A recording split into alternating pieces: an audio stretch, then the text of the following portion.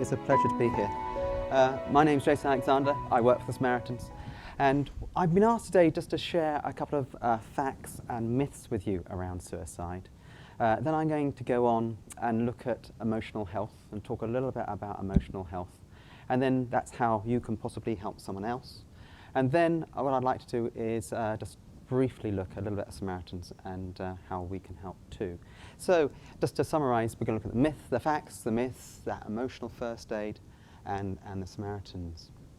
I guess, though, that a lot of you do know the facts. So the first one, suicide in men is 3 times that of females. How many people knew that? Yeah. So men. Often when I have a training, I sometimes say, why? Any guesses why? Because we use more violent means. Possibly. Any other reason? We make it work. We don't talk? I think that's one of the biggest ones. At the back?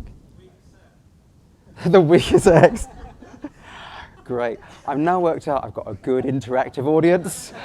And if you guys can come out with some good thoughts and ideas, humour is actually a very helpful tool to get this subject working. So yes, 3 times that of women. You referred earlier in the previous conversation, the latest stats. Sorry, can I just ask you a question on that? Yeah. Suicide in men is 3 times that of females. Yeah. Is there any stats on the attempts? And are the attempts on suicide the same between males and females? Good question, but you don't know about the attempts. You don't know about a huge number of attempts. You can guess, but you can see maybe the attempts that are in the public, but you can't see the ones that are happening at home. So you could guess, but I wouldn't be able to answer that. Good question.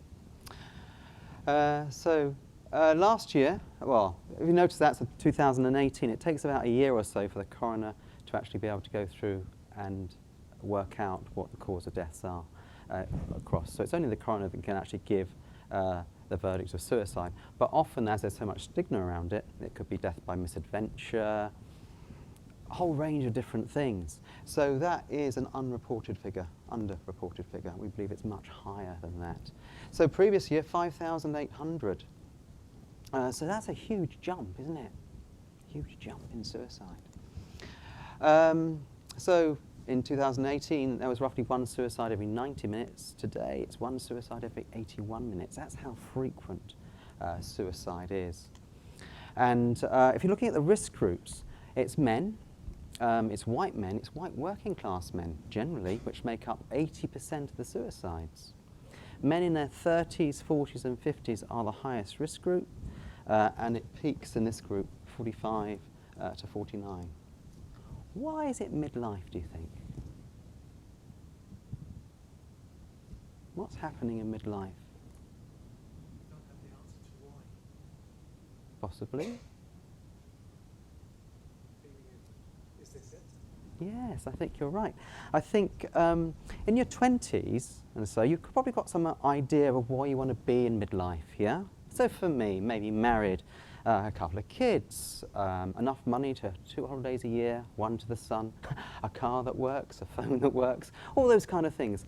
And each one of those things that I fail to achieve, and I start to reflect on it in my midlife, I can feel like a failure. And failure is one of the key things that can lead to those suicidal thoughts and feelings. But there's lots of other things that are happening in midlife. What other things are happening in midlife? Look at me. What's happening to me? How am I changing? Ah, I love you. Can we share a beer later and have a hug? Fantastic. I'm looking younger. What else am I doing? I'm getting more hair. My sex life's improving, I tell you. What else is happening? Now you're lying. Oh! You said you wouldn't share. Yeah, so because we're going to start to meet some more struggles, aren't we? But it's the same for men and for women, isn't it? It's the same for men and for women. But I think women are slightly different. They start to talk about it. Divorce is huge in midlife. And let me finish this phrase before you challenge me on it. I think men come off worse from a divorce emotionally than women. And let me give an example.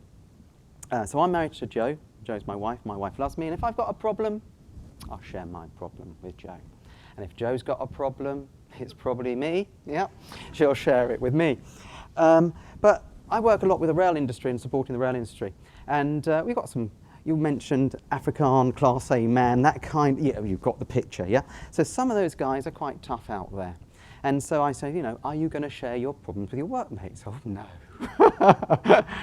So then less likely, and men are less likely to share those problems outside.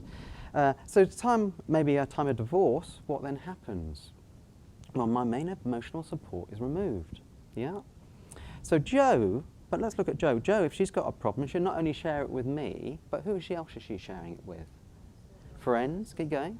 Family, keep going. Colleagues, keep going.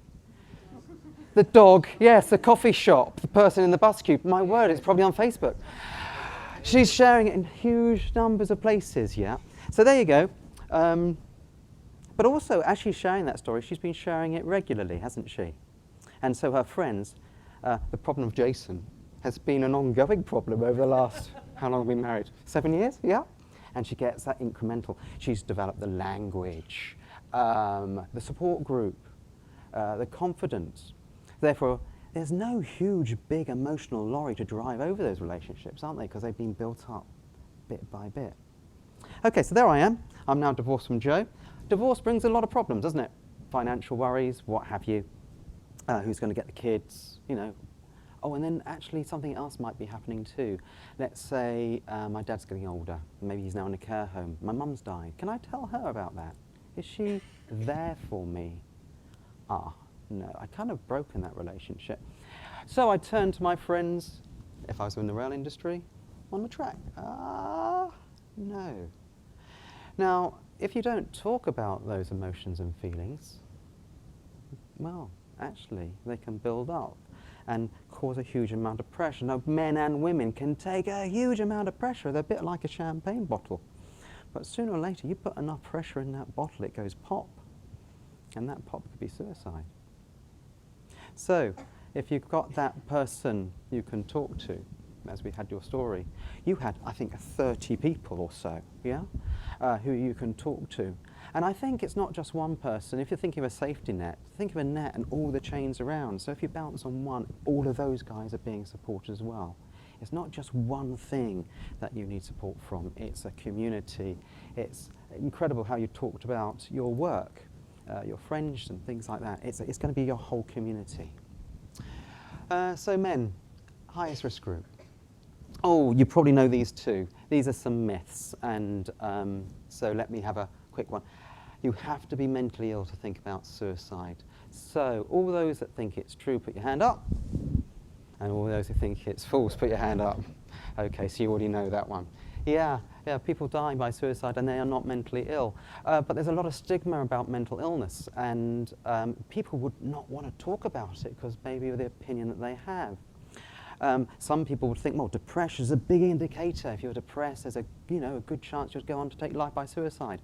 5%, less than 5% of people that have depression will take their life by suicide. It's a very poor indicator. But there's a lot of stigma around depression and mental illness. Oh, people who are suicidal want to die forever. Let's have a true and false then. So true, hands up. Now you all know. Yeah. Okay, people who are suicidal, I think it's quite an important distinction. They don't want to die forever. They just don't want to live the life they have at that moment now. The emotional pain is so much they want it to stop. There's a professor at Glasgow University that has done a lot of research looking at suicide notes, hundreds of suicide notes, and the two common themes are, when they're looking at the notes, is I want this pain to stop, and I want to stop being a burden on my family. They're the two key messages. It's not about wanting to die, it's wanting it to stop. And we know if we talk about it, we can get a huge amount of relief. In fact, talking about your worries and your problems gives so much emotional relief, it can move you from feeling suicidal to not suicidal. Oh, hence the phone line. Yeah, it's quite a simple idea, but it's part of that community of support. And therefore, I'm not even going to put your hands up. Of course, there's something you can do. There's lots of people out there, and we've heard that actually support. Do you know what? Just going up to someone and being human, it's not brain science. Okay, so let me take you briefly through the emotional health scale. We're all on this emotional health scale. Normally, we're in this top third up here. Lots of strength, a wide perspective on life, happy, outgoing, that kind of thing. Now, people can move up and down that emotional health scale depending on the life events that happen to them and how they interpret those life events. As you start to come down that emotional health scale, you're moving from a place of strength to, starting to be tired, upset, argumentative, and right at the bottom, suicidal. And this end is the opposite of that end. Instead of strength and energy, you've got no strength, no energy. Instead of a wide outlook on life, you have something called a tunnel vision. You can't see beyond the initial worries and problems. They're so overwhelming, you just can't see past them. And you just want it to stop. And of course, there's lots of elements that can take you up and down that emotional health scale. So let's think about this weekend, this coming Saturday. What amazing thing could move you right to the top of that emotional health scale? Just yell it out. Life-changing, amazing thing. South Africa beats the All Blacks. Well, that's one thing. What else? Sorry? Potty training my daughter. Potty, that will help. Yeah, I'm doing that with Isabel at the moment. Come to Spain. Yeah. Come on, life-changing event. What amazing life-changing event could happen? Winning the Okay. lottery. Winning the lottery, £50 million. We've just won it in the front row here. £50 million. Is it April that won it? Yes. April won it. Fantastic. The moment you won that lottery and you've called in, yeah, and you give them the number and they confirm you're the only winner. Hey, I reckon you're towards that top end of the emotional health scale. Yeah?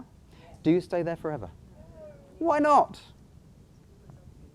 Other things. Yes, life's made up of a lot of things, isn't it? Money's great. Hey, it helps. Yeah? Gets that house, that car, whatever. But we've got other segments of life, haven't we? We've got things like relationships and health. And do you know, sooner or later, that £50 million, sooner or not, it's going to become your new normal. Yeah? You're not going to be jumping up and down all your life going, yay! If you do, you're going to wind up your mates. It doesn't work like that. But sooner or later, it's going to become your new normal. And you're going to operate from that new normal, either going up or going down. Do you remember the Chilean miners that got caught underground? Yeah? They had to build this rescue shaft to them. There was a huge media event, wasn't there? And finally, the first one came up. And although he had sunglasses on, yeah, you could just see on his facial expression when he came to the top that, he was alive, yeah? He was at the top end of that emotional health scale. Does anybody remember the story of the second person that came to the top? So he came up, he looked out, he saw his wife, who was standing either side of his wife. That's right. So just to give you a bigger picture, it was mistress and then girlfriend. The mistress and the girlfriend didn't know about each other either. So can you help me with the journey of the emotional health scale? So there we go. I'm alive. What might he say? Oh shit. Oh dear. Yeah, might go down. So you can go up and down that emotional health scale quite quickly, can't you? Depending on the life events that happen to you and how you interpret those life events. How am I doing on time? Oh, okay, a little bit. Actually, should we go back here just for a second? Sometimes we get some very odd calls at the Samaritans. And we can answer calls.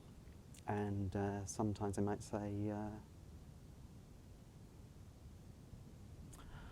my car won't start.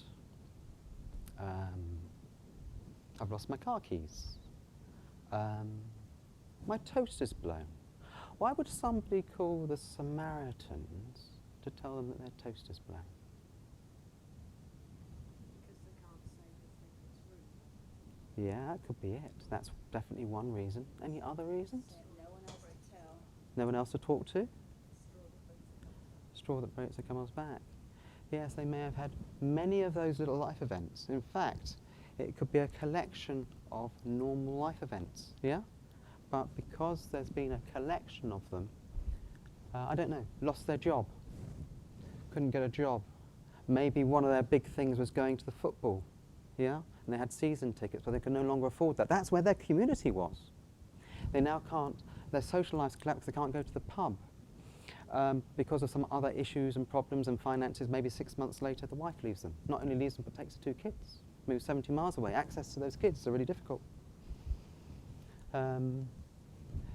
Constantly going on. Maybe over 2 years, it's still going. But instead of living at the top end of the emotional health scale, they start to live down the bottom end of that emotional health scale. And therefore, actually, maybe one morning they've come down. Normally on a Saturday morning, well, 2 years ago, maybe they would have had their kids there with wife, and they'll be making pancakes. That would be the old story 2 years ago. But today, there's nobody there. In fact, they look round the room, and the kitchen, there's no food. I mean, they look in the fridge, it's empty. They look around, and they see some old bread. It's a bit stale, but if you toast it, it's not so bad. Puts it in a toaster, toaster blows. Temporarily, that person may be feeling suicidal. And it's possible you might meet someone like that in where you're walking and talking. And if you can talk about any of those events and any of those feelings that that person's going through, it can move them from feeling suicidal to not suicidal. Are they still vulnerable? Oh yeah. Then what we need to do is put in some form of support. It's not just that one person, is it? It's going to be a whole range of people. I work with train operating companies, Network Rail, British Transport, Police, and we go out and do lots of trainings. They're an amazing organisation. They're really committed to it. The guy who heads it up, who really started the project there, his daughter attempted to take his life by suicide, her life by suicide. And do you know what? Because you had a champion in that organisation, I think it was mainly because of him that there is now over 18,000 people now trained within the industry. I think it's because of him that last year over 2,200 life-saving interventions took place within his network. That's huge, isn't it?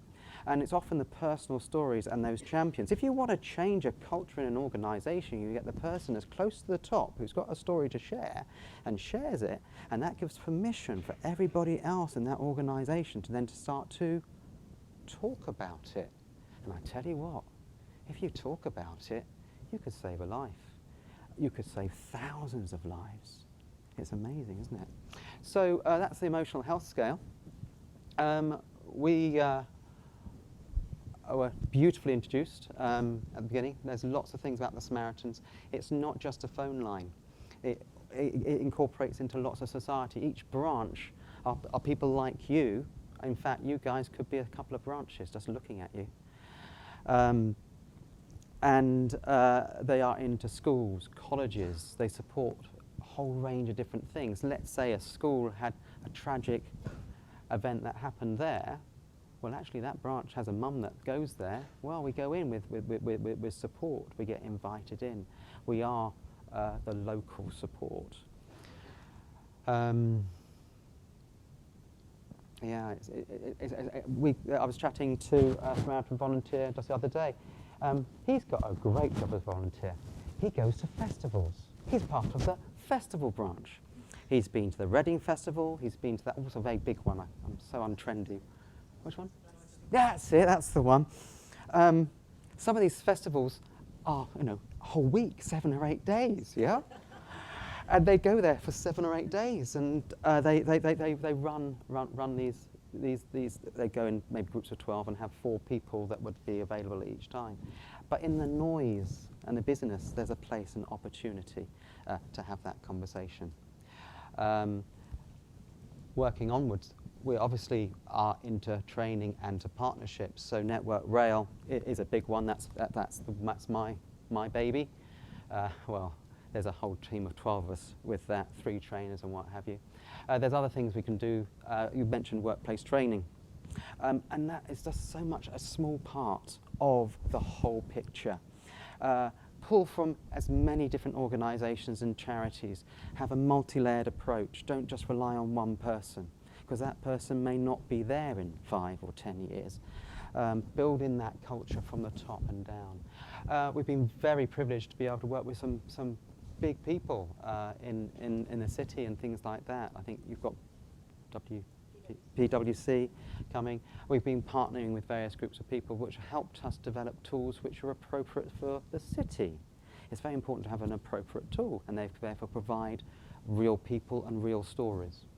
And for instance, Small Talk Saves Lives, we do lots of campaigns and stories. So we not only encourage people to be able to spot the signs, approach and have a conversation, but also with, for instance, the Real People, Real Stories campaign, it's very much like the story. That's being shared. Somebody else says, you know, actually now I can talk about it, and that gives that permission. I want to leave you with that message, 116123. We're available in lots of different ways. Oh, and it is for everybody on that emotional health scale. It's a myth that we're just wondering about the people that are suicidal. It's far better to have those conversations far higher up that emotional health scale than waiting for it later. And frankly, if you're a bloke and you're not having conversations about the small problems in life, practice now, because then you will start to develop those words, that language, and that support group that actually when tough times happen maybe in 20 years' time, there's not a big backstory to share.